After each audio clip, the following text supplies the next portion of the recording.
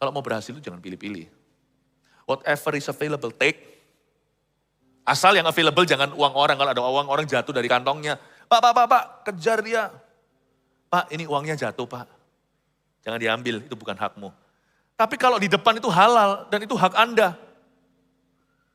Apapun itu jangan pilih. Take.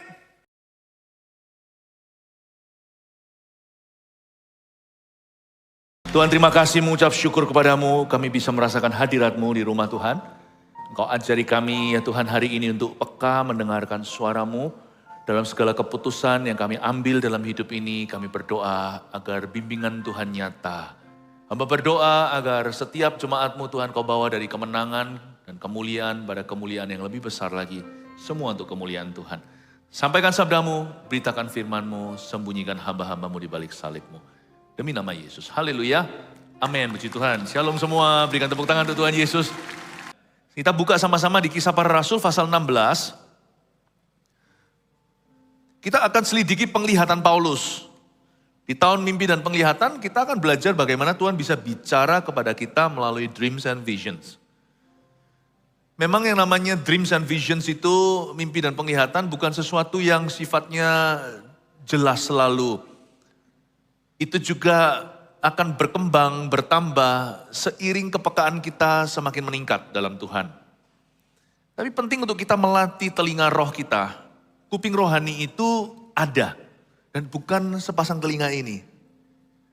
Tapi ada pendengaran-pendengaran yang akan bisa membawa berkah dalam kehidupan kita.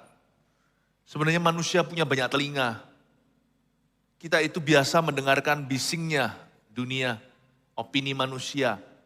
Tapi mari kita hari-hari ke depan itu minta tuntunan Tuhan. Sebab iman timbul dari pendengaran. Hati-hati apa yang kau dengarkan. Dan bagaimana mendengar suara Tuhan. Supaya kita itu bisa mengalami kemenangan. Dan kita akan pelajari hari ini lewat penglihatan Paulus. Bagaimana bisa melangkah dalam kepastian. Sekalipun tidak ada orang bisa klaim dengar jernih.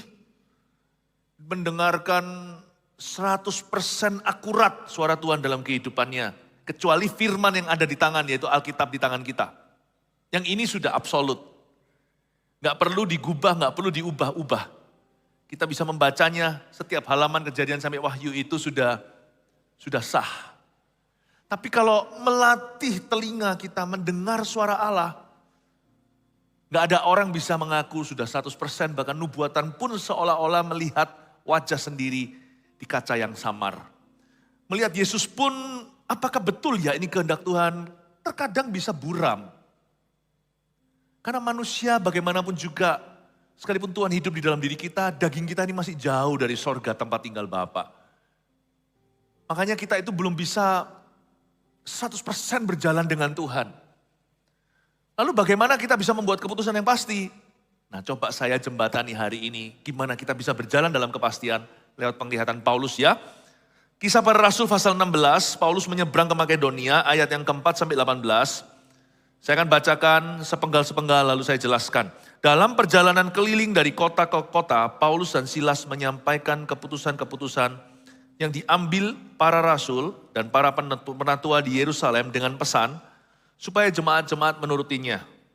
Demikianlah jemaat-jemaat diteguhkan dalam iman dan makin lama makin bertambah besar jumlahnya. Kita melihat di ayat 4 sampai ayat ke-5, Paulus dan Silas bukan jalan-jalan, mereka menjalankan perintah. Tiada lain menjalankan keputusan yang diambil para rasul, para penatua di Yerusalem.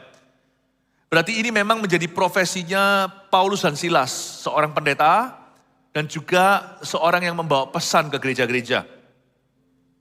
Paulus dan Silas tidak perlu dengarkan lagi apakah ini suara Roh Kudus atau enggak. Karena yang mereka bawa adalah firman. Ada banyak hal dalam hidup kita itu tidak abu-abu. Gak usah dipertanyakan lagi. Apakah ini kehendak Tuhan? Misalnya di Alkitab dikatakan hidup kudus. Gak usah tanya lagi. Seks di luar nikah itu bukan kehendak Allah. Gak usah tanya lagi. Apakah orang itu jodohku kalau dia sudah bersuami? Rajin atau bolos kerja, gak usah tanya.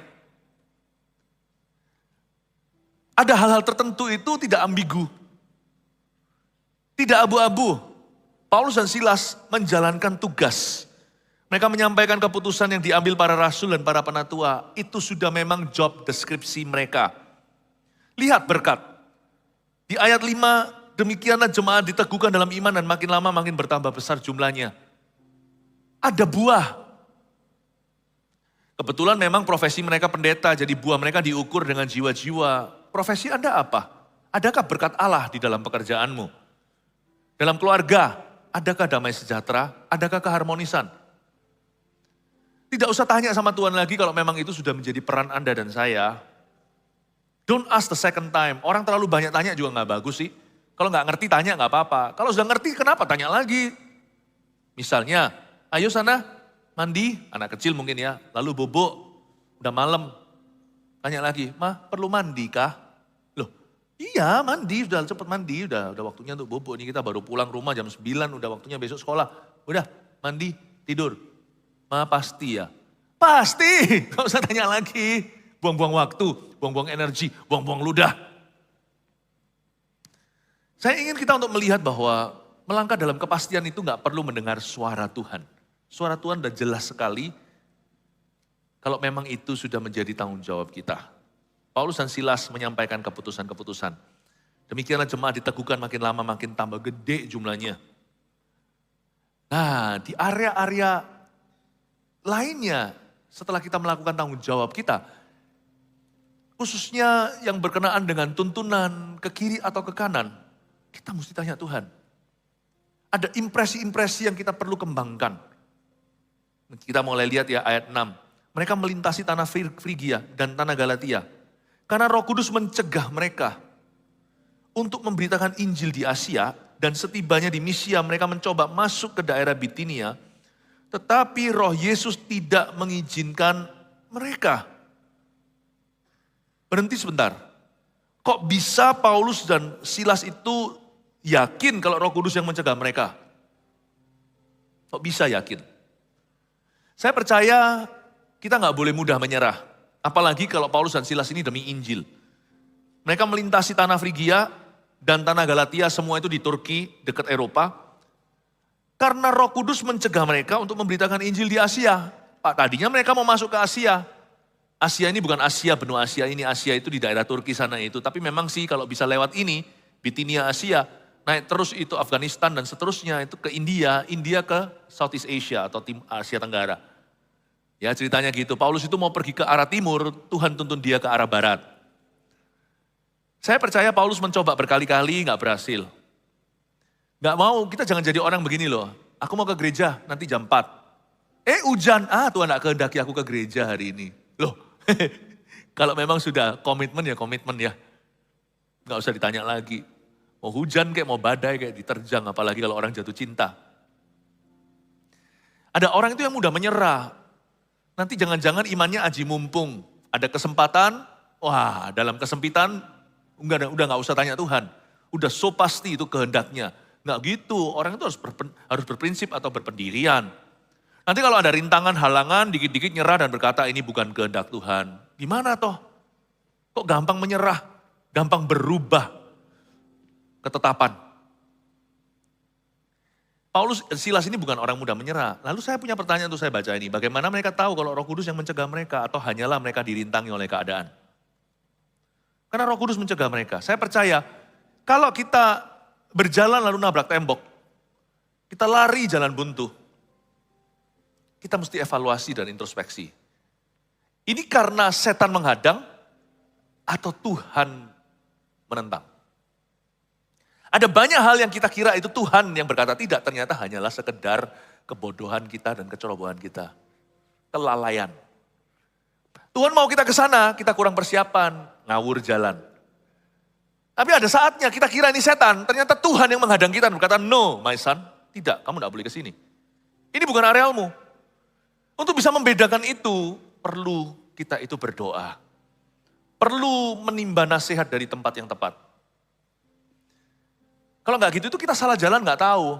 Atau lebih parah lagi, jalan kita itu udah betul, kita kira kita salah. Berapa banyak orang begitu? Sedangkan penemuan-penemuan di dunia aja, mereka mengulangi lagi sampai 1000 kali baru jadi tuh lampunya Edison. Ya, mungkin bukan 1000 kali, mungkin berapa kali saya nggak tahu, tapi pokoknya ratusan kali itu so pasti. Andai kata kalau lampu bulb atau lampu bola itu kalau akhirnya dia nyerah, hari ini kita nggak ada yang namanya lighting ini. Untung ada orang yang bersikuku dan bersikeras tidak mau gampang give up. Dan berkata memang bukan kehendak Tuhan. Banyak penemu-penemu itu di zaman dulu itu orang Kristen malahan. Saya berdoa agar kita semua tahu membedakan which one is God's will, which one is against God's will. Mana yang kehendak Tuhan, mana yang melawan kehendaknya. Supaya jemaat Tuhan itu diberikan kepekaan, karena tidak semua tertulis di Alkitab. Misalnya saya lulus sekolah di Kanada. Saya itu ke Indonesia atau kemana? Dulu itu padahal saya diwacanakan untuk pelayanan itu ke Eropa. Harusnya saya tidak berakhir di tanah air. Saya ini harusnya jadi hamba Tuhan di Europe dulu. Karena dahulu kala, saya merasa ada pintu, bukan merasa, memang ada pintu terbuka untuk saya ke situ. Tetapi untungnya, Roh Kudus menuntun saya. Pilihannya Eropa atau Ungaran nih. Kalau secara manusia berpikir, Eropa atau sebuah kota kecil di Indonesia, atau kota besar di benua yang maju, manusia pasti melihat situ. Tapi Tuhan bilang, no, you go there. Pulanglah saya. Jangan jadi orang aji mumpung sama berkat atau sama kesempatan. Kita harus punya pendirian. Tapi juga jangan jadi orang yang terlalu keras kepala. Tuhan udah larang berkali-kali dikasih tanda, gak ngerti-ngerti. Seperti bagal, seperti keledai, terjang terus, nanti sakit hati. Setelah itu nanti sakit sendiri. Sebenarnya banyak hal yang terjadi dalam hidup kita, kecolongan segala itu karena kebodohan kita sendiri. Karena kita tuh bebal, dikasih jalan sama Tuhan gak jalan di situ, mempeng aja jalannya sendiri, lalu tabrak sana, tabrak situ. Rugi ini, rugi itu, hilang ini, hilang itu, salah siapa ayo? Karena kita gak mau telusuri jalan yang pasti, kita mau cari jalan yang coba-coba, yang masih abu-abu. Kalau bisa putih, kenapa harus cari yang abu-abu? Kalau bisa hitam putih jelas sekali. You know, many people have this trouble, punya masalah ini. They don't know how to make the right decisions in life. Mereka gak tahu bagaimana membuat keputusan yang benar dalam hidup ini. We all have this problem. Menurut saya sekarang saya semakin hari semakin tidak mempunyai masalah ini, karena saya punya Yesus. Saya punya firman, saya punya Roh Kudus dalam diri saya. Every day, makin hari, I have less of this problem. Makin hari saya semakin sedikit masalahnya di area ini. Malah justru masalah saya terbesar, semakin besar di area di mana ketika saya membuat keputusan yang benar, banyak orang gak suka. Ketika saya membuat keputusan yang betul, iblis gak suka. Nah itu masalah saya. I think itu masalah yang bagus. Bapak Ibu Saudara saya saya mau ajarkan ini, bagaimana membedakan mana kehendak Tuhan, mana bukan. Akhirnya Roh Yesus kan gak mengizinkan mereka. Ayat 8, setelah melintasi Misia, mereka sampai di Troas. Nah, berhentilah Paulus dan Silas di Troas. Troas sebuah kota maju sih. Ya. Dan pada waktu dia di situ, dia stagnan, berhenti, dia cari kehendak Allah. Dan pada malam harinya ayat 9, tampaklah oleh Paulus suatu penglihatan. Garis bawah ya, ada sebuah penglihatan, ada sebuah vision. Jadi Tuhan bisa bicara lewat penglihatan loh. Tuhan bisa bicara lewat mimpi. Makanya tahun ini disebut tahun mimpi dan penglihatan, because I'm a great believer. Saya percaya dan yakin sekali bahwa Tuhan masih bicara lewat mimpi dan penglihatan, tapi semua cara Tuhan bicara sama kita selalu ujungnya, pangkalnya, dasarnya Alkitabiah. Nggak mungkin Tuhan memberi kita penglihatan yang menyuruh kita melakukan sesuatu yang melanggar firman Tuhan, atau sebuah mimpi yang menentang apa yang tertulis di dalam Alkitabnya. Nggak mungkin. Tapi saya yakin Tuhan bisa bicara kepada kita dengan cara yang kreatif sekali. Di antaranya mimpi, penglihatan, nubuatan. Saya kok punya satu firasat perasaan bahwa nanti hari-hari ke depan Anda akan memperoleh sebuah nubuatan, 2 buah nubuatan dari Tuhan Yesus untuk menuntunmu. Malam ini yang tidur nanti saya yakin hari Minggu ini setelah diajari, banyak akan dapat mimpi dari Tuhan, katakan amin. Seperti mimpi Firaun, seperti mimpinya Yusuf, kita akan memperoleh mimpi dari Tuhan. Mimpi dari Roh Kudus. Nah pada malam harinya tampaklah oleh Paulus suatu penglihatan, ada seorang Makedonia berdiri di situ dan berseru kepadanya, katanya, menyeberanglah kemari dan tolonglah kami Setelah Paulus melihat penglihatan itu, segeralah kami mencari kesempatan untuk berangkat ke Makedonia.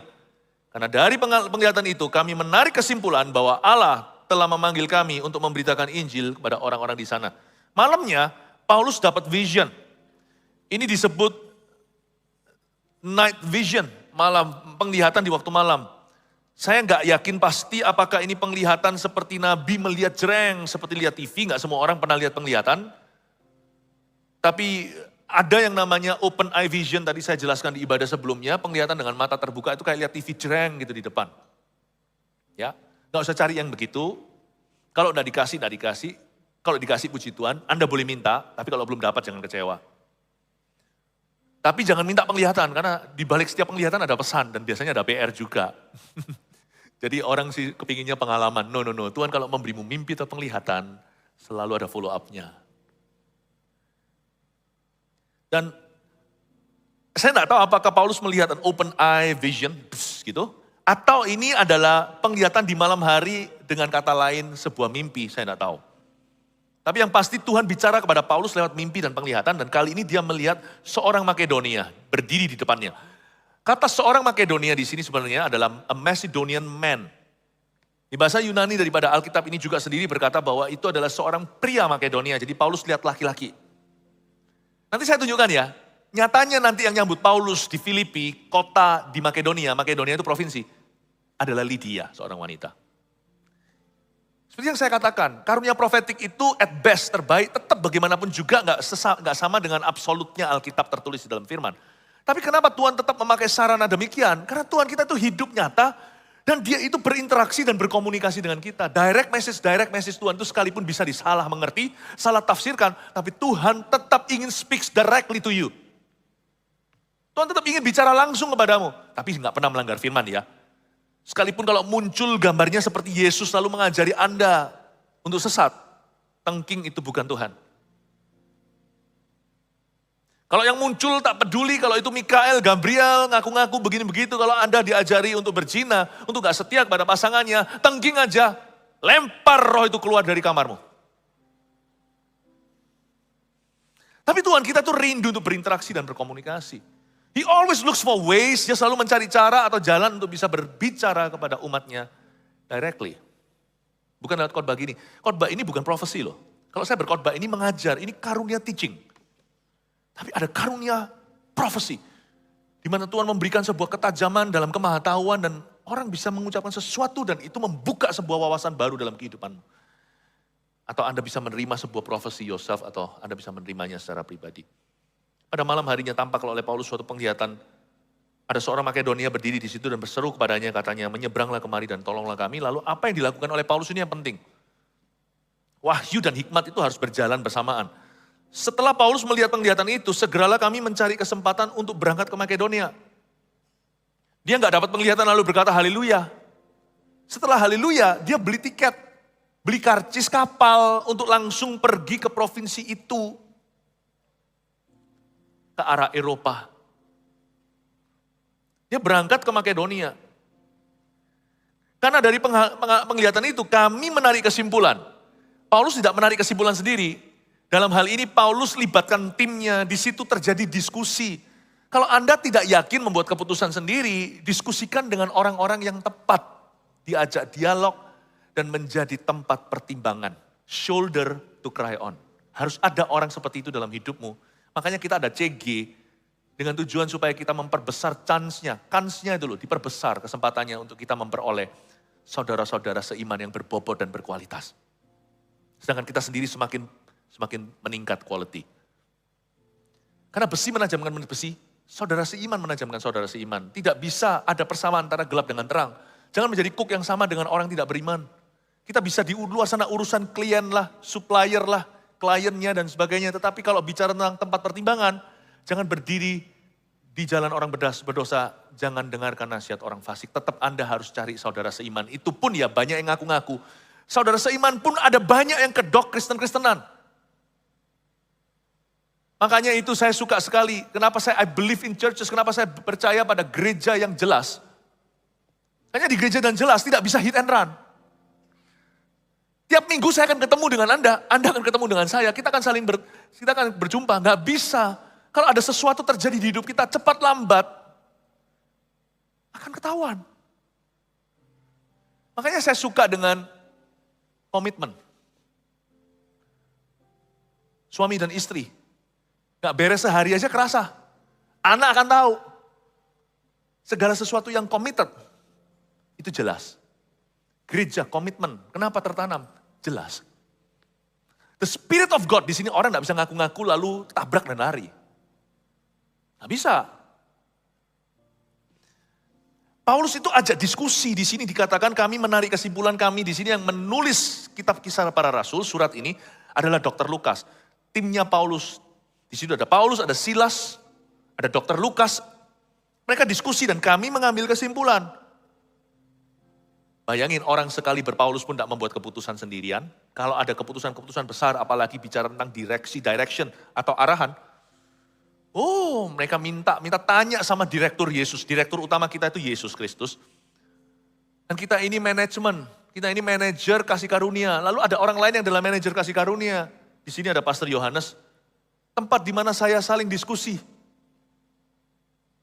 Saya manajemen kasih karunia tertentu. Pastor Yohanes manajer kasih karunia Tuhan yang lain. Di sini kita bisa saling bertukar pikiran. Saya bersyukur untuk orang-orang yang dapat saya percayai dan mereka yang bisa percaya pada saya. Kami menarik kesimpulan. Penting sekali suami dan istri membangun hubungan seperti Priscilla dan Aquila. Jadikan yang namanya pernikahan Anda itu tempat nasihat, bukan tempat cekcok dan gegeran. Pernikahan kalau tidak pernah cekcok itu pernikahan sesuatu yang salah. Suami istri nggak pernah konflik, itu berarti suami istri itu semuanya pura-pura. Sebab besi pasti menajamkan besi, suami pasti gesekan sama istri. Cuman kalau sampai jambak-jambakan, nah itu salah, itu lain cerita. Itu udah kekerasan dalam rumah tangga. Nggak perlu sampai ke taraf itu, kita bisa konflik kita itu konflik yang positif. Perbedaan itu menajamkan. Tapi pupuklah, karena nanti sedia payung sebelum hujan. Karena pernikahan Anda itu bisa menjadi tempat hikmatnya Allah. Sama anak juga, janganlah bahasanya pukul-pukulan. Anak itu nanti, kalau dia besar, dia juga bisa menjadi tempat pertimbanganmu loh. Anak itu lucu. Kita investasi pengajaran, kasih, didikan, bahkan koreksi. Nanti waktu dia gede, itu semua kembali seperti mesin ATM. Tapi waktu kembali, udah dalam currency atau dari mata uang yang berbeda, yaitu mata uangnya dia sendiri. Padahal saya yang ajari semua, tapi ketika mereka dewasa, saya ajak bicara. Mereka bisa memberi saya masukan. Dari mana saya sendiri bisa belajar. Bayangin, masukan mereka itu kan masukannya saya. Tapi ketika keluar dari mulut mereka saat mereka dewasa atau dari hidup mereka, saya bisa belajar daripadanya. Berarti kan nilai currency atau mata uangnya beda. Saya masukkan rupiah, keluarnya dia dolar. Saya masukkan dolar, keluarnya pound sterling. Makanya itu jangan pernah abuse your children. They will be an asset for you. Nanti mereka akan menjadi aset buat dirimu. Kaget, pekerjaan kita bikin 30 tahun, 40 tahun kita yang ngerjakan ya cuman segitu. Bukan karena anak pulang dari luar negeri, dalam negeri, luar negeri sama aja tergantung anaknya. Lalu dia waktu mulai urusi pekerjaan kita, padahal semua pekerjaan yang dia kerjakan dari kita ya kita yang ajari. Nantinya, apa yang kita capai 40 tahun, dia capai 4 tahun. Boom, berubah cara berpikirnya. Kita udah gak bisa nyampe ke sana. Gak bisa seperti sekarang ini loh, zamannya artificial intelligence dan sebagainya, gak tahu nama-nama keren itu, anak kita nangkap semua. Embrionya dari kita. Tapi waktu di tangan mereka menjadi canggih dan berubah semuanya, Anda akan kaget. Anda akan kaget. Bahwa ternyata kalau Anda membangun tim dari sejak dini, termasuk dalam family, itu akan menguntungkan in the long run. Makanya saya berdoa keluarga-keluarga Gereja Mawar Sharon, jemaat di sini, supaya bangun. Hati Bapak kembali ke anak, hati anak kembali ke Bapak, itu adalah tema retreat kemarin waktu kita sama hamba-hamba Tuhan se-GMS. Bukan hanya itu saja, bukankah orang tuamu mendapat mimpi, anak muda mendapat penglihatan. Dibutuhkan mimpi orang tua, dibutuhkan visi anak muda untuk bisa menggenapi mimpi orang tua. Saya berdoa supaya di dalam keluarga gereja Mawar Sharon ini jemaatnya masing-masing per family itu interaksi terjadi. Anak muda taruh gadgetnya, copot earphone-nya. Kalau ada orang tua di sana, mau Instagraman nanti bisa, tanya papa mamanya, how are you doing? Kenali dunianya. Papa mama pulang ke rumah, ajak bicara anak-anaknya, cerita duniamu. Jangan tunggu sampai mereka interview, kemungkinan besar mereka tidak akan menginterview dirimu. Karena mereka sibuk dengan dunia mereka, kecuali Anda pengaruhi. Anda buka perlahan-lahan, hingga mereka ngerti apa yang Anda hadapi. Bukan buka gosip, bukan perlahan-lahan itu bukan berarti gosip, ceritakan yang negatif. Bukan, tapi apa yang membangun hidup mereka dari sisimu. Saya berdoa, kerjakan itu, jangan tunggu anak nanti besar. Lalu jalan tolnya belum jadi. Seperti zaman dulu di Indonesia, kota-kota udah di mana-mana, tapi tidak terhubung dengan infrastruktur namanya jalan dari satu daerah ke daerah berikutnya. Tapi ketika tolnya jadi, sini sampai Semarang, cuma berapa jam saja. Sini sampai Jakarta, jalan darat juga bisa. Bangun jalan tolmu. Waktu saya berada di Shenzhen, dulu bertahun-tahun yang lalu, jauh sebelum pandemi, pelayanan di sana kan, saya lihat di sana itu jalannya itu, lane-nya itu 5-7, itu namanya, jalannya itu lebar, satu arah itu 7 garis. Saya bilang sama orang lokal di sana, kamu orang lokal? Bukan, saya gak ada di sini orang lokal, semua pendatang dulu di sini itu sawah. Oh iya? Saya tanya, gimana kok bisa jadi besar gini cuma dalam waktu 20 tahun dan menyaingi Hong Kong? Kan itu sebelahan. Dia bilang, pemerintah kami, bangun jalan dulu. Jalan dibangun dulu. Saya bilang, kamu ada di sini waktu ini barusan masih sawah. Iya, saya datang itu di awal-awal waktu jalan baru dibangun. Oh iya? Gimana rupanya waktu itu? Sepi, jalannya itu 7 gitu, yang orang jalan satu, jalan kaki, cuman pakai pakai sepeda gitu. Sekarang mobil-mobil di sana. Mobil-mobil mewah-mewah juga. Saya bilang iya, jalannya dibangun dulu. Lalu baru yang lainnya, iya jalannya dulu. Dihubungkan semuanya dulu, kota berkembang. Mau mana? Kotanya ada dulu semuanya, dewe-dewe. Dari sana ke sana gak ada pesawat, situ ke situ gak ada kereta. Kereta banjir semuanya, relnya mencong, tabrakan. Bangun infrastrukturmu. Talk to your children about your life. Beritahu mereka, jangan kata lu orang tahu apa, sekia. Atau anak kecil, anak-anak taruh tuh ininya, tanya sama papa mama, ngobrol sama mereka. Ya, saya percaya cerita ini kami menarik kesimpulan itu indah bahwa tim itu perlu. Orang sekali berpaulus pun pakai tim loh. Kami menarik kesimpulan bahwa Allah telah memanggil kami untuk memberitakan Injil kepada orang-orang di sana. Lalu kami bertolak dari Troas dan langsung berlayar ke Samotrake. Dan keesokan harinya tibalah kami di Neapolis, itu perjalanannya ya, turnya begitu. Dari situ kami ke Filipi, kota pertama di bagian Makedonia ini. Nah, sampailah mereka di Filipi, jangan bingung ya. Makedonia itu provinsi, Jawa Timur, Jawa Tengah, Jawa Barat, Sulawesi Utara, provinsi itu. Kota kenamaan di Jawa Timur, ada Surabaya, ada Sidoarjo. Jawa Barat, ya tentunya Jakarta, Jabodetabek, itu Jakarta kan, ibu kota, itu daerah khusus. Tapi kota lainnya Bandung, Cirebon. Kota di provinsi Makedonia yang terkenal itu Filipi. Dan mereka masuk ke Filipi, kota pertama di bagian Makedonia ini. Suatu kota perantauan orang Roma, di kota itu kami tinggal beberapa hari. Pada hari Sabat, ayat 13, kami keluar pintu gerbang kota. Kami menyusur tepi sungai dan menemukan tempat sembayangan Yahudi yang sudah kami duga ada di situ. Setelah duduk kami berbicara kepada perempuan-perempuan yang ada berkumpul di situ. Garis bawahi kata, yang ada. Saya tidak peduli perempuan atau laki-laki, pokoknya siapa yang ada di sana. Perempuan yang ada. Cari apa yang available, jangan pilih-pilih. Ada orang berkata, aku tidak dapat pekerjaan. Itu bisa berarti satu, dia sungguh-sungguh tidak punya pekerjaan. Dua, dia pilih-pilih pekerjaan. Saya punya satu prinsip di dalam hidup ini. Kita nggak usah mulai dari atas. Kalau kita sampai ke atas itu biarkan itu promosi dari Allah. Dalam pelayanan atau pekerjaan, filsafat saya tetap. Nggak usah perhatikan gengsi. Kalau perlu nguli. Kuli itu mulia. Karena itu pekerjaan yang halal. Bayaran nggak seberapa daripada nggak kerja sama sekali, ya kan? Kalau kita nguli dengan setia, siapa tahu suatu hari kita sedang angkatkan barangnya siapa. Porter misalnya di airport atau di pelabuhan udara. Siapa tahu kita dengan senyum, dengan baik, extra mile, gak perlu Nggak seperti mengeluh waktu mengerjakan tugasmu. Siapa tahu nanti yang kita kuliin itu satu bos yang senang lalu tipsnya besar sekali. Saya punya satu prinsip gampang kok. Kalau mau berhasil itu jangan pilih-pilih. Whatever is available, take. Asal yang available jangan uang orang. Kalau ada uang orang jatuh dari kantongnya. Pak, kejar dia.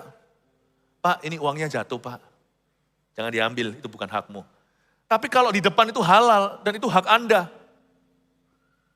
Apapun itu jangan pilih. Take. Pelayanan juga jangan pilih-pilih. Dalam hidup saya, dalam pelayanan saya, waktu saya masuk Mawar Sharon pertama kali, saya nggak pilih-pilih. Semua pernah saya jalanin. Saya pernah terlibat di dalam angkat-angkat kursinya di tahun berapa itu saya baru pulang ke Indonesia. Saya terlibat pelayanan. Waktu itu di GMS yang Surabaya Timur satelitnya. Saya datang lebih pagi, atur-atur kursi, itu pelayanan saya dulu. Saya pernah jadi usher loh, Bapak usher. Cuman waktu itu Anda belum kenal saya. Saya pernah juga di sekolah minggunya zaman dulu belum namanya Eagle Kids atau gereja anak. Saya pernah ikut SOM-nya dulu namanya sekarang My Spiritual Journey, dulu ada namanya SOM School of Ministry atau Soft School of Faith. Saya pernah ngajar di situ. Pernah coba semuanya sih saya lumayan. Gak peduli. Beberapa satpam security di gereja Mawar Sharon yang lama dulu, satpam security driver. Itu mereka dulu pernah sekali saya kumpulkan karena saya ditugasi yang kurang waktu itu adalah yang nanti akan membimbing kerohaniannya bapak-bapak driver, security, satpam ini. Pekerjaan terhormat ini, pekerjaan terhormat. Semua pekerjaan itu kalau dijalankan dengan hati yang sungguh penuh dengan kehormatan Kristus di dalamnya. Saya kumpulkan mereka, saya sampaikan firman sederhana, firman saya juga masih belepotan, tapi puji Tuhan mereka tidak menuntut banyak-banyak. Mereka oke aja. Lalu saya ambil baskom, saya cuciin kaki mereka satu-satu. Saya cuci, nangis mereka. Saya sampaikan tentang hati Bapak. Saya dipeluk dengan beberapa, beberapa office boy dan sebagainya gitu. Yang peluk tuh, wah mereka memang kuat. Saya gak bisa nafas, mereka kira saya sungguhan Bapak di sorga. Wah gitu, mereka kan merem gitu kan di lawat Tuhan. Mereka gak tahu bahwa saya kurus krempeng waktu itu. Ya, baru menikah. Wah, saya cuci kaki mereka satu-satu. Gak pernah saya mulainya begini. Whatever it is, apapun tak mulai. Sama Pak Samuel Handoko dulu di Ungaran, di mana saya melayani bersama dengan Pastor Yohanes. Rumah kebanjiran, kita sama-sama ngosekin itu rumah dari banjir. Dengan Bapak Samuel Handoko, Pastor Samuel Handoko. Pak Handoko. Whatever it is, you don't get to choose. Jangan pilih-pilih. Saya pelajari sesuatu di sini dari pengalaman ini. Bahwa Paulus duduk ketemu langsung sama perempuan-perempuan yang ada berkumpul di sana, langsung diinjili. Padahal di dalam penglihatannya dia, coba lihat. Dia lihat a Macedonian man. Harusnya dia berkata, bukan ini, bukan ini, bukan ini. Yang aku lihat laki kok sekarang keluar perempuan. Please jangan salah ngerti, zaman dulu belum ada emansipasi. Makanya itu di Alkitab di Perjanjian Lama jarang sekali disebut nama perempuan. Bahkan ahli teologi menyimpulkan kemungkinan besar Adam dan Hawa itu punya anak-anak cewek, tapi nggak disebut karena Alkitab tidak pernah punya, waktu zaman itu kultur kebudayaan saat itu di Perjanjian Lama dulu, wanita nggak disebut. Nggak disebut. Ya. Jadi perempuan-perempuan itu kalau muncul, Paulus sebagai pendeta besar harusnya bisa berkata, bukan. Sorry, ini zaman dulu ya. Dia mau ketemu sama pria karena sinagoga, tempat berkumpulnya Yahudi sembahyang yang dimaksudkan di sini itu biasanya terdiri dari beberapa kakak. Mereka dihitung dari kepala keluarga. Kalau yang keluar perempuan, itu kayak gini loh. Jikalau Anda bos besar, terus Anda mau ketemu sama perusahaan lain untuk kerjasama, kalau dia utus, yang diutus adalah bawahan yang gak seberapa, Anda pasti malas temui. Loh. Harusnya bos ketemu bos deh. Bos ketemu bos. Tapi Paulus tidak tunggu kakak. Karena waktu dia ketemu wanita, semua orang zaman itu percaya bahwa perempuan bukan decision maker zaman itu. Dan wanita tidak dipandang. Sehingga mereka merasa kalau sampai ini injilin perempuan, tidak akan kemana-mana. Tidak akan terjadi perubahan dunia. Kalau kita mau bicara itu harus bicara sama pemegang kunci. Dan pemegang kunci zaman itu hanyalah laki-laki. Puji Tuhan hari ini Paulus mengubah game plan-nya. Sejak hari itu dia berkata, in Christ, dalam Kristus tidak ada laki-laki, tidak ada perempuan. Tidak ada orang Yunani, tidak ada orang Yahudi. Gender tetap ada, tapi tidak ada perbedaan. Dua-dua dicinta Tuhan, masing-masing memiliki rancangan ajaib dari Bapa. Paulus gak peduli, dia langsung aja bicara kepada perempuan yang ada di sana. Seharusnya Rasul Paulus bisa berkata, oh enggak lah, mana aku mau bicara sama suamimu. Bukankah Yesus menunjukkan keyahudiannya, namun Yesus menunjukkan ketuhanannya di atas keyahudiannya. Ketika Yesus ketemu dengan orang Samaria, di sumur itu Tuhan berkata, mana suamimu? Itu Yahudi banget. Itu kebudayaan Timur Tengah zaman itu dan perjanjian lama. Where is your husband? Nggak ada, betul katamu wanita. Yesus tidak cari prianya. Yesus berkata, kamu punya 5 laki-laki dan yang sekarang dengan kamu ini pun bukan suamimu. Wow, dia berkata, inilah Mesias. Yang Yesus cari adalah perempuan Samaria itu. Paulus juga seperti Yesus, belajar dari master atau tuan dan majikannya. Belajar dari Tuhan dan gurunya. Dia ketemu perempuan, dia sampaikan. Coba bayangkan, kalau Anda mau ketemuan bilateral dengan apa? Lalu yang didatangkan, hanyalah orang dengan kedudukan biasa. Dan bukan pemegang kunci, bukan juga pembuat keputusan. Jadi orang itu jangan pilih-pilih. Whatever comes to you, eat. Ketika kata Tuhan pada Petrus, turunlah karpet itu beserta dengan semua hewan. Sembelilah dan makan. Eat whatever is offered to you, eat it. Apapun yang datang kepadamu, ambil itu. Sungguh-sungguh lakukan dengan baik. Jangan pernah lihat orang itu dari atas kepala ke bawah kaki, lalu kita lihat dia dengan penampilan manusia melihat penampilan, Tuhan melihat hati. Siapapun yang Tuhan taruh di depanmu, that's your blessing. Itu berkatmu. Dalam kepastian itu, kita harus punya prinsip yang teguh. Seperti Paulus gini loh, whatever is available, I will do my best for it. Aku akan lakukan yang terbaik untuk itu. Seorang dari perempuan itu ternyata bernama Lydia, ayat 14. Ia seorang penjual, Lydia turut mendengarkan, ia seorang penjual kain ungu dari kota Tiatira yang beribadah kepada Allah. Tuhan membuka hatinya sehingga ia memperhatikan apa yang dikatakan oleh Paulus. Lalu selanjutnya saya tidak baca ya. Apa yang terjadi? Dia ketemu sama Lydia. Who is Lydia? Lydia adalah seorang businesswoman, pengusaha kain ungu. Kain ungu di sini adalah kain mahal, dahulu kala warna-warna kain itu punya signifikan tersendiri. Misalnya di negeri China zaman dulu orang tidak boleh pakai kuning karena kuning itu punyanya Huangsang, punyanya raja. Ungu dan sebagainya, itu ada warna-warna tertentu. Tidak semua kain dicetak seperti hari ini kalau mobil ada mobil dengan warna tertentu, itu sudah dari sananya. Itu hanya khusus untuk tentara. Ya kan? Ini juga sama, ternyata Lydia ini adalah orang yang signifikan. Puji Tuhan untuk Paulus yang selalu melayani dan selalu berjalan dalam kepastian whatever is available before him. Apapun yang di depan, yang tersedia untuk dia, yang ada, dia selalu lakukan dengan kesungguhan.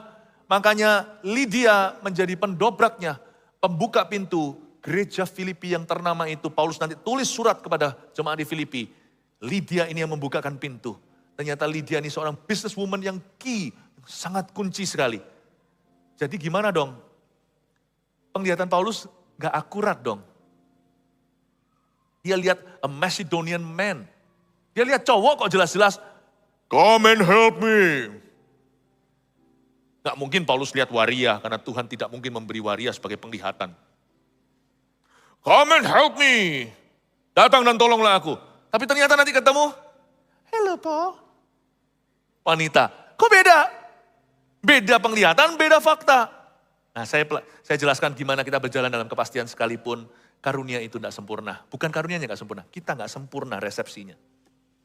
Oke? Nomor 1, tuliskan. Untuk kita berjalan dalam kepastian ya. Ikuti kebutuhan dan apa yang tersedia. Follow needs and availabilities. Ingat itu. Ikuti kebutuhan dan apa yang tersedia. Kalau kita mau jalan dalam rencana Tuhan gampang. Follow the needs of others.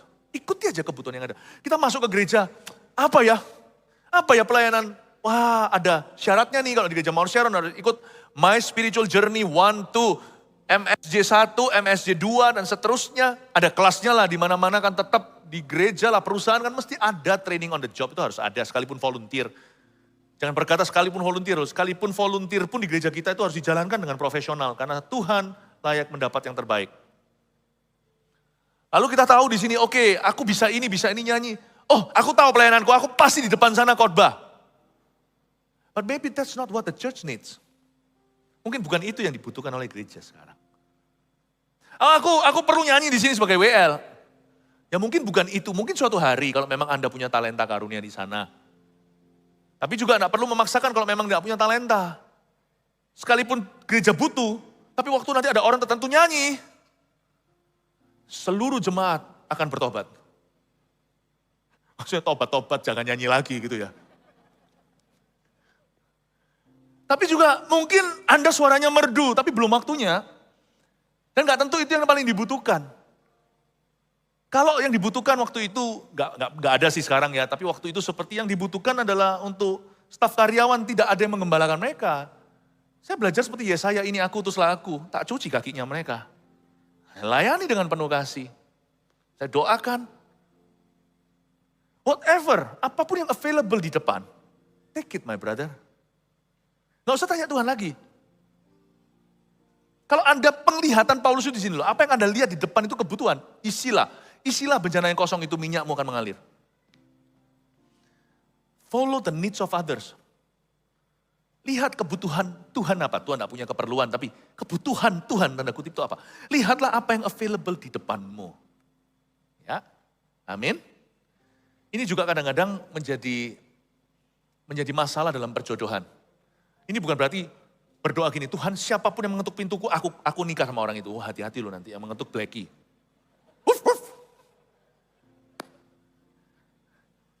Enggak ya, kita tetap perlu ada apa? Ada kriteria untuk kita, yang pasti nomor satu harus sesama anak Tuhan ya kan? Tapi berapa banyak di antara orang kita yang soal jodoh itu berat bukan karena memang berat, tapi kita memberatkan diri kita sendiri. Karena kita maunya itu, jodoh kita itu yang aduhai. Kalau kita punya listnya itu 7, checklistnya 1, 2, 3, 4, 5, 6, 7, nomor 1 anak Tuhan, tapi nomor 2, nomor 3, wah luar biasa. Kita memang mementingkan kepribadian, mobil pribadi, rumah pribadi, pesawat pribadi, akun pribadi. Nah. Tapi kita nggak pernah mau sendiri. Kita sendiri juga tidak berbenah. Kita maunya jodoh level dewa, kita sendiri kurang berkaca. Kita maunya yang begini. Nanti yang nomor 7 harus seperti artis tertentu. Seperti Ho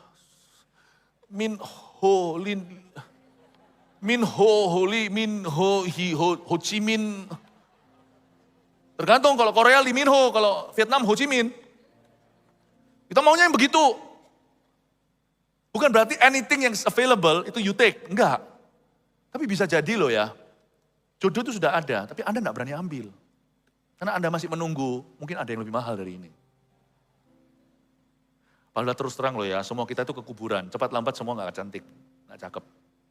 Semua kita tuh pasti melorot nanti. Everything. Ini mulai melorot, semuanya mulai melorot. Sebenarnya cantik enggak cantik itu tidak menjadi masalah nomor 1 nantinya. Kalau Anda bahagia, Anda akan semakin cakep sendirinya. Glowing, akan ada sinar. Dan tiap hari pikirannya bukan tampang kok. Tapi compatibility atau kecocokan. Tapi saya nggak ajarkan, oke kalau gitu aku akan siapa aja nggak punya perasaan nggak apa-apa, jangan. Nanti kalau setiap pagi bangun tidur di sebelahnya dia langsung nyanyinya, bangun tidurku terus mati. Sebelum gosok gigi udah mati dulu. Yang enggak, tetap harus ada chemistry. Tapi chemistry itu relatif. Lalu kalau chemistry-mu adalah Ho Chi Minh, Lee Min Ho itu. Kapan nyampenya bro? Sis, kalau itu sis ya. Kalau yang bro, yang perempuan siapa namanya? Mbuh nggak ro, saya nggak tahu lah siapa namanya. Ya relatif. Who knows? He's right next to you already. Dia sudah ada di dekatmu, sekelilingmu. Seorang yang sudah menjadi temanmu. Gak tentu loh. Melangkah dalam kepastian. Karena ada orang gak bisa membuat kepastian, gak bisa membuat keputusan. Karena dia itu berangan-angan. Karena itu dia menunggu Tuhan kasih jodoh daripadamu. Tuhan udah kasih. Satu-satu ditolak sama dia. Ya nggak semuanya ini pukul rata. Ada orang yang memang sampai sekarang belum pernah ditelepon siapa-siapa. Gak apa-apa, bawa sini nomornya saya ketayangkan di sebelah sini. Saya altar call nanti. Ya sudah nggak apa-apa, you are fine, thank you. Kalau belum ada yang telepon bukan berarti Anda nggak bagus. Mungkin Anda terlalu bagus, sulit sekali untuk dijangkau. Pokoknya nggak apa-apa ya, jangan tertuduh. Single juga bisa happy kok. Saya berdoa supaya nggak single forever aja ya. Paham ini ya, ikuti kebutuhan dan apa yang tersedia. Yang kedua, belajar fleksibel untuk perkara yang tidak prinsip. Jadi orang itu harus seperti roda-roda yang tengah rodanya itu kaku. Keras sekali, tong, baja. Kalau tengah rodanya nggak baja, orang seperti itu biasanya pelin-pelan. Nggak punya pendirian. Tapi ujungnya itu adalah bulu-bulu.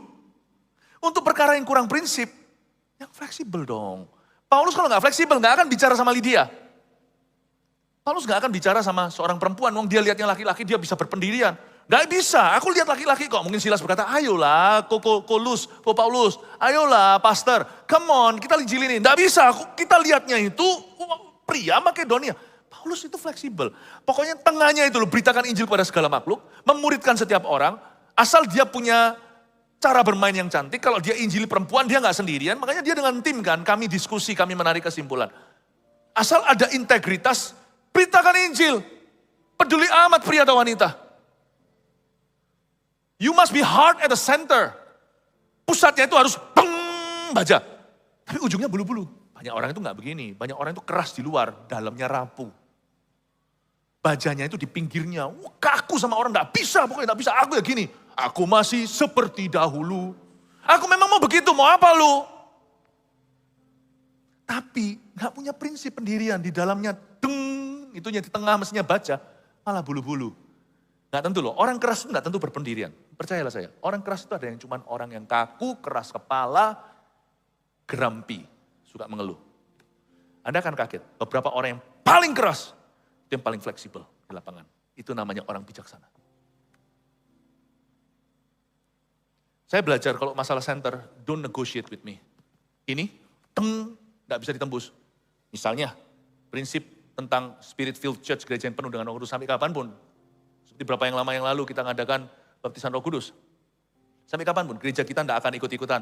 Jadi modern, lalu nggak ada bahasa lidah, nggak jelas fungsinya. No. Sampai kapanpun aku akan kaku sampai mati bahwa Yesus satu-satunya jalan. Dan gereja kita tidak akan pernah menikahkan orang sesama jenis. Mau Amerika gimana, mau Eropa gimana, peduli amat kalau kita satu-satunya berdiri Indonesia dan we stand. Tapi jangan kaku soal-soal yang kurang prinsip.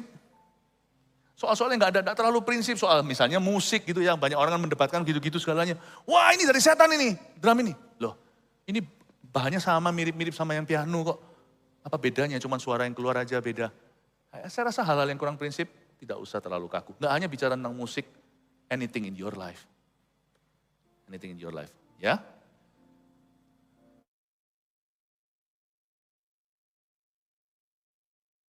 Yang penting itu. Makanya di situ Paulus berkata, kami menarik kesimpulan. Belajar tarik kesimpulan, bahasa Inggrisnya call the shot.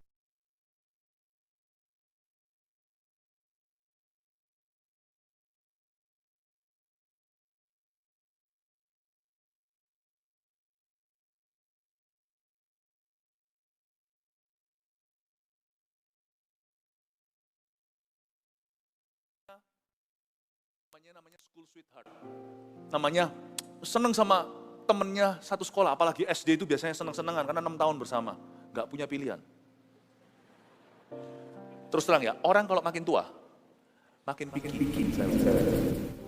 Lalu dia masuk SMP, SMA, ya kan, tapi memang gak boleh, memang hati-hati. Kita ini seperti main layang-layang. Lemah, jatuh. Terlalu kencang, nanti hilang. Kalau masih muda, lalu jadi. Malah nggak jadi, SMP udah jadi, sampai menikah mau berapa tahun, siapapun kau jadi, beritahu sama anaknya. Nah, kamu pacaran sekalian, boleh nggak apa-apa, tapi kamu pacaran sama siapapun, orang itu nanti yang terakhir nggak mungkin, yang justru nggak mungkin jadi sama kamu suatu hari.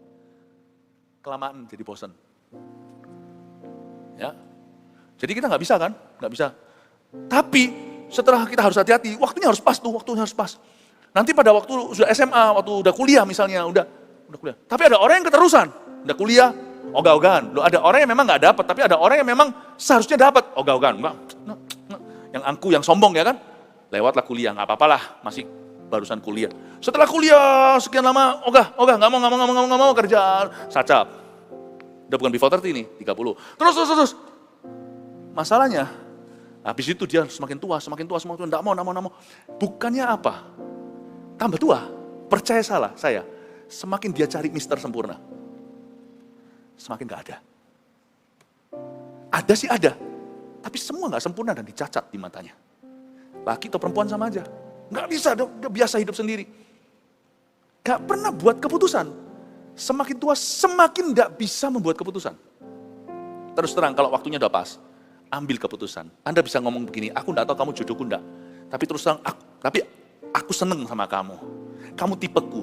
Tapi kalau aku ikuti keinginan dagingku, selalu aja ada, kalau aku makan dari buah pengetahuan yang baik maupun yang buruk, hatiku, dagingku terus terang tahu, bisa jadi suatu hari, I'm gonna meet someone better than you. Aku bisa ketemu dengan seseorang yang lebih bagus dari kamu. Untungnya, suatu hari, kita yang menikah semua berkata, no, I settle for you. Dan setelah kita jadian, gak peduli kalau ketemu orang lebih bagus, sebab ketika kita jadi dan cinta itu dipupuk. Dan komitmen kita jelas, makanya di sini buatlah keputusan dan komitmen yang jelas. Dan hidupi komitmen itu dalam suka dan duka. Tambah cinta, tambah sayang. Lupa apakah ada orang lebih baik, sebab gak ada orang lebih baik lagi, kaulah satu-satunya. Dulu awal-awal menikah kita berkata, aku bisa hidup lah kira-kira sama orang ini, aku bisa menyesuaikan. Nanti setelah menikah sekian puluh tahun, bahagia lagi dalam Kristus, udah beda pengakuannya, bukanlah aku bisa lah hidup sama dia, aku gak bisa hidup tanpa dia. Bahkan nanti suatu hari kalau sebelum mati, orang Kristen gak ada reinkarnasi, tapi kalau ditanya, kalau ada reinkarnasi, kamu akan pilih dia lagi gak? Kita akan bilang, pilih dia lagi dan lagi sampai kapan-kapan pun, selama-lamanya. Kita gak relevan lagi. Anyone better or not? Udah gak relevan. Karena hati jiwaku sudah milik pasanganku. Dan hanya dia satu-satunya yang kucinta. Paham maksudnya?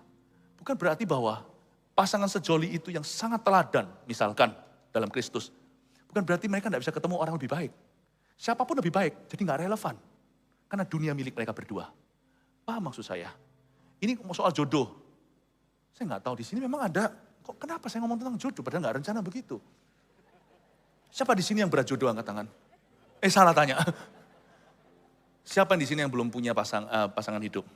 Yang belum punya pacar, angkat tangan. 1, 2, oke, tak ganti aja. Selalu gini tuh nggak ada yang respon. Saya ngomong dalam hitungan ketiga, yang single, yang belum punya pacar, yang belum menikah. Kalau Anda tidak angkat tangan, saya aminkan bahwa Anda akan jomblo seumur hidup. Siapa yang mau lepas dari kutukan ini? 1, 2, 3, angkat tangannya. Come on. Iya, lihat toh. Ternyata banyak, bener nggak?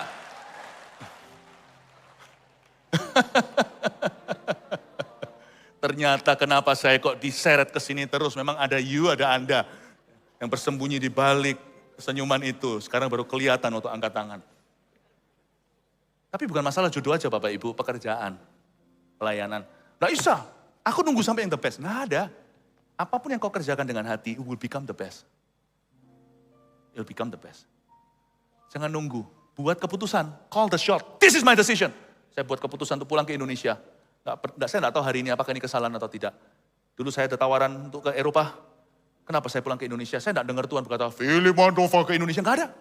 Hanya sejahtera. Pertanyaan saya sekarang di Indonesia ini sudah pulang kembali setelah sekolah. Dari tahun 98 hingga hari ini berarti berapa puluh tahun. Tell me if this is a mistake. Kalau ini adalah sebuah kesalahan. Kalau kita, Anda dan saya kenal Anda, melayani Anda sebagai gembalamu, ini sebuah kesalahan. Please don't tell me it's a mistake. It's the most beautiful mistake I've made. Ini adalah, kalau memang ini adalah sebuah kesalahan, ini kesalahan terindah yang pernah saya buat. Whatever you commit your heart to, apapun yang Anda komitmenkan hati ke sana, akan menjadi keindahan. Semua akan indah pada waktunya. Yang penting kita taruh hati, settle untuk itu, komitmen sungguh-sungguh. Saya percaya apapun yang kau berbuat, pasti akan berhasil. Praise the Lord. Mari kita semua bangkit berdiri.